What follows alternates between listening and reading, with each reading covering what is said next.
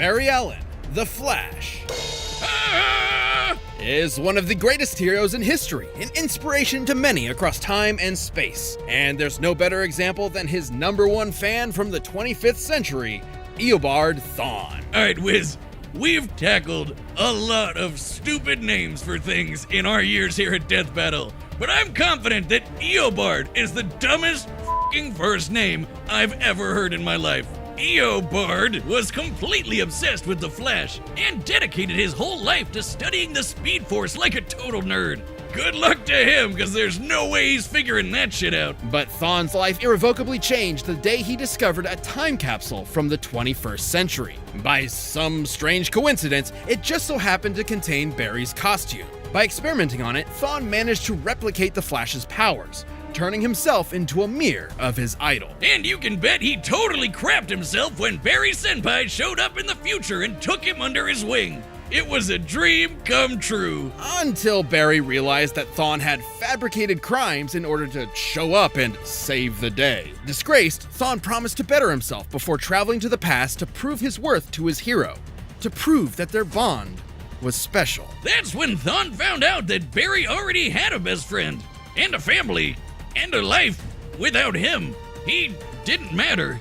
He wasn't special. He was just a nobody Barry tossed out in the trash and forgot about, like my Tinder dates do to me. If only. When Thawne visited the Flash Museum in Barry's time, he discovered the secret identity to Flash's greatest enemy that in his future had been lost to time. The one Barry was fated to kill in battle. Eobard Thawne. Wait a minute. Oh, ain't that a bitch? The shock drove Thawne mad. If he couldn't be Flash's best friend, he'd be his greatest enemy. And I guess also ensure his own future death. He would travel from the future to terrorize the Flash family in the past. Revenge in reverse. He'd become the Reverse Flash. ¿Recuerdas ese día en el que besaste a tu primera novia y tuviste un orgasmo apenas ella tocó tu pierna? Fui yo, Barry. Yo te masturbé a super velocidad para que pareciese que eyaculabas al toque de una mujer. Reverse Flash? We're really setting the world on fire with these names today, huh, Wiz? Thawne draws his powers from the negative Speed Force, which he generates with every step he takes, just like Barry does with the regular Speed Force. The negative Speed Force gives Thawne access to many of the Flash's powers, including his mind-bending super speed, enough to travel all across time and space in days. He can keep up with and surpass other speedsters like Barry and Wally, who once ran fast enough to cross the universe faster than two gods who could teleport. Wally even beat himself in a race, and Barry admitted Thawne was still faster than that. Wait just a second, he beat himself?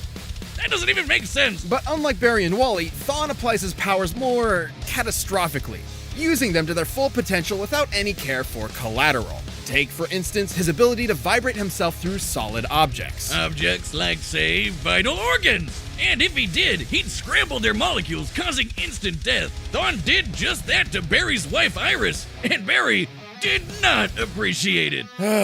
Reminds me of my first date. Yeah, like you had one. Well, yeah, she and I had some great moments together, but I ultimately had to tear her apart for scraps to build my first death laser. Better to have loved and lost, you know? Okay, never mind. Yeah, that tracks. Come back next week for the full episode of Goku Black versus Reverse Flash.